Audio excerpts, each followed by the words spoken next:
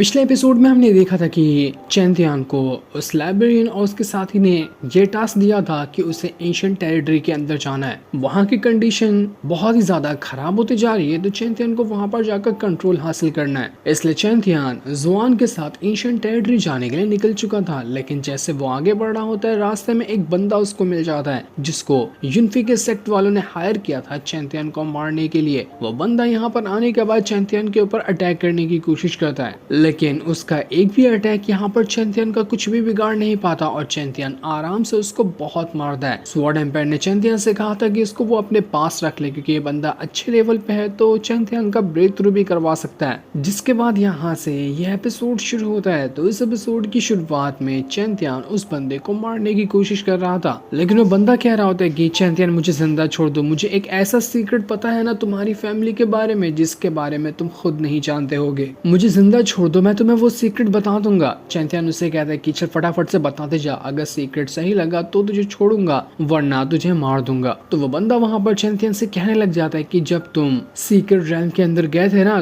तो मैं तुम्हारे कमरे के अंदर गया था, वहां पर से मुझे एक लेटर मिला, जो लेटर ना तुम्हारे फैमिली ने भेजा हुआ था। उस लेटर में वो तुम्हें बुलाने की कोशिश कर रहे थे। उनका कहना था लेटर के अंदर की उनकी फैमिली के ऊपर बहुत ही बड़ा हमला हुआ है, उन सभी की जान खतरे में है, तो अगर चैंतियन को ये लेटर मिलता है तो एक बार वो उनसे मिलने के लिए आ जाए। वो बंदा कहता है कि मैंने सिर्फ वहां पर वो लेटर पढ़ा था, अब वो वहां पर हमला किसने किया, क्या हुआ, ये सारी चीजों की जानकारी तो लेटर में नहीं लिखी थी। देखो जितना मुझे पता था मैंने तुम्हें बता दिया, अब तुम मुझे जिंदा छोड़ दो। तो चैंतियन यहाँ पर उसको जिंदा छोड़ देता है, लेकिन उसको अपने स्पिरिचुअल वर्ल्ड के अंदर ही डाल लेता है, ताकि बाद में अगर फिर से जरूरत पड़े तो वो उसको निकाल कर उससे मदद ले लेगा, जिसकी वजह से चैंतियन अपना ब्रेक थ्रू कर सकता है। और वैसा ही होता है। वो बंदा जैसे ही चैंतियन के स्पेशल वर्ल्ड में गया था, चैंतियन उसकी पावर की मदद से अपना ब्रेक थ्रू करते हुए वुजोंग लेवल को अचीव कर चुका था। चैंतियन ने अपना वुजोंग लेवल ब्रेक थ्रू कर लिया होता है, जिस वजह से वो काफी ज्यादा खुश था।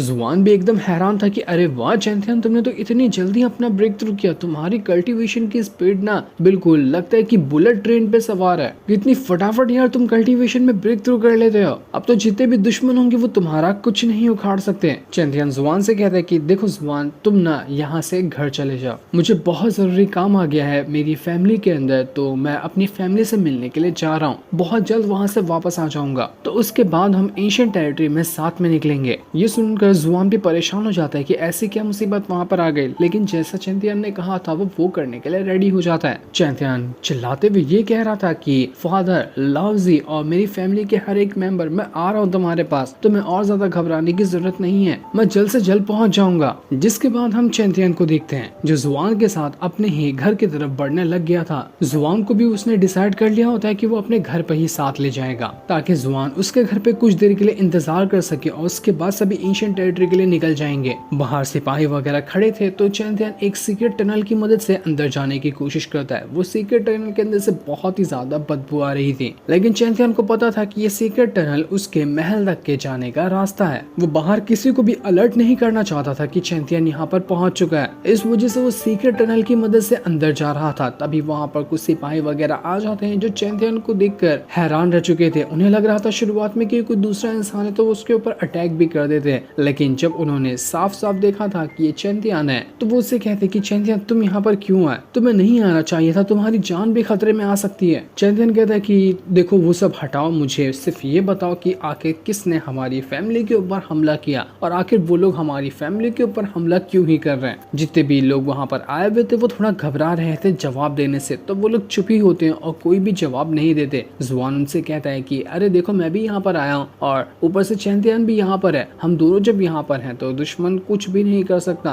तो तुम लोग घबराओ मत और जवाब दो हमें कि हमला यहाँ पर क्यों हुआ। तो जितने भी लोग वहाँ पर आए थे वो थोड़ा डरते डरते ही चैंतियन को बताना शुरू कर देते हैं कि जिन भी दुश्मनों ने हमारे पर हमला किया है ना, वो हमारे पुराने ही दुश्मन है, जिनसे हम पहले भी कई बार मुकाबला कर सके, लेकिन इस बार वो लोग यहाँ पर आए थे पूरी तैयारी के साथ। उनका कहना था कि सेक्ट के अंदर हमारे कुछ ऐसा मौजूद है जो उनको चाहिए और वो चीज है चैंतियन के ही पास, तो उनको चैंतियन के कमरे की अच्छे से तलाशी लेनी थी। जब हमारे सेक्ट वालों ने इसके लिए मना कर दिया कि हम किसी भी दुश्मन को हमारे घर के अंदर नहीं घुसने देंगे, तो वो लोग भड़क गए। उन्होंने ये ऐलान कर दिया कि अगर कोई भी जो चीज हमारी है हमें वापस नहीं करता है, तो हम डेली एक एक चैन फैमिली के मेंबर को पकड़ पकड़ कर मारना शुरू कर देंगे। अब फैसला तुम्हारा है कि जो हमारी चीज है वो हमें वापस करो, वरना मरने के लिए तैयार हो जाओ। वो जितने भी लोग यहाँ पर आए थे वो लोग कहते कि हमें अभी तक के यही नहीं पता चला कि आखिर वो दुश्मन चाहते क्या है, उनको क्या चाहिए हमसे जो हमारे पास है। उन सभी दुश्मनों ने मिलकर हमारे कई सारे एल्डर को मार दिया है। बहुत सारे एल्डर और डिसेबल वगैरह सब मर चुके हैं। तो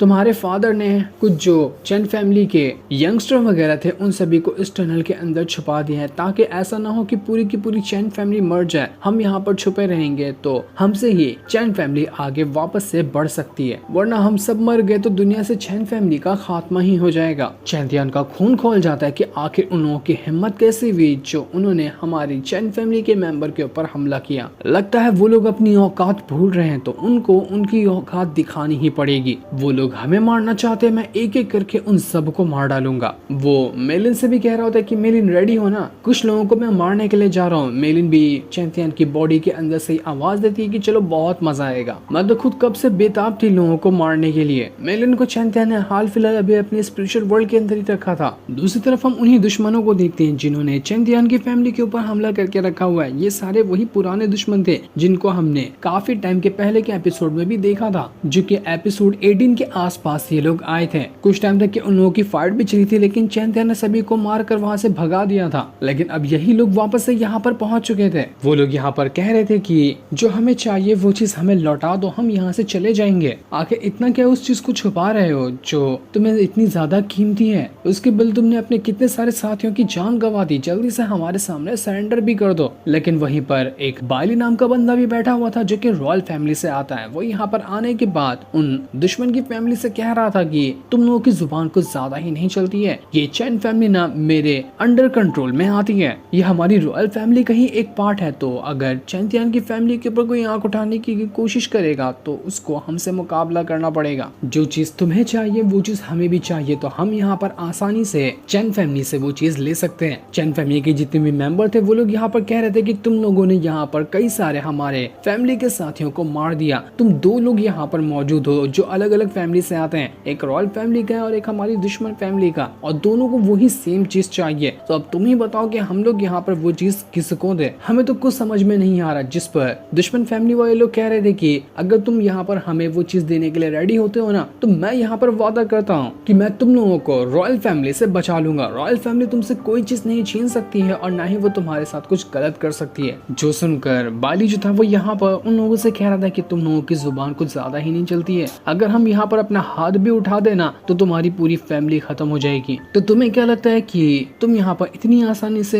इस चैन फैमिली को प्रोटेक्ट कर लोगे? वो भी हमारे खिलाफ? ऐसा कभी नहीं हो सकता। जो चीज चाहिए वो तो हम ही लेकर रहेंगे। ये सुनकर दुश्मन फैमिली का जो बंदा था वो काफी ज्यादा भड़क जाता है, लेकिन दूसरा एल्डर उसको समझाता है कि देखो मुझे लगता है ना कि ये चैन फैमिली की कोई चाल है, ये हम दोनों को ही एक दूसरे के खिलाफ भड़काना चाह रही है ताकि ये लोग आराम से इस सिचुएशन से बाहर निकल सकें। इसलिए हमें सोच समझ कर यहाँ पर कदम उठाना चाहिए। जो हम कर रहे हैं उसको पहले सोचना होगा, उसके बाद कुछ कहना होगा। तो वो जो दुश्मन फैमिली का बंदा था वो यहाँ पर बायली से कह रहा होता है कि देखो पहले हम वो चीज देख तो लें कि वो चीज यहाँ पर इस चैन फैमिली के पास है भी या फिर नहीं। एक बार हमें वो चीज दिखाई दे जाए तो उसके बाद हम आराम से फैसला कर लेंगे कि वो चीज जाने किसके पास वाली है। जिस पर बायली भी कहता है कि हाँ तुम्हारी बात में तो दम है, तो फिर ठीक है यहाँ पर इंतजार ही कर लेते हैं कि ये लोग वो चीज लाते हैं या नहीं लाते हैं। बाकी लोग जो थे वो यहाँ पर चैन फैमिली के लोगों से कह रहे थे कि अब तो यहाँ पर फैसला हो गया, तो जल्दी से वो चीज बाहर निकालो जो चीज तुम छुपाने की कोशिश कर रहे हो, जल्दी से वो चीज दे दो वरना तुम सबको मार दिया जाएगा। चैंतियन की फादर कहते हैं कि तुम लोगों का दिमाग सठिया गया है क्या? तुम लोग अभी तक बता ही नहीं रहे हो कि तुम्हें क्या चाहिए, लेकिन अगर तुमने मुझे बता भी दिया और वो चीज मेरे पास भी हुई ना, तब भी मैं तुम दोनों को भाड़ में जाओ, जो उखाड़ना है उखाड़ लो, तुम मेरा कुछ नहीं बिगाड़ सकते। ये सुनकर वो जो बायली था वो काफी ज्यादा भड़क जाता है कि आखिर मैं इतने सालों से चैन फैमिली को प्रोटेक्ट करते हुए आया था और ये लोग यहाँ पर मेरी ही बात नहीं मान रहे।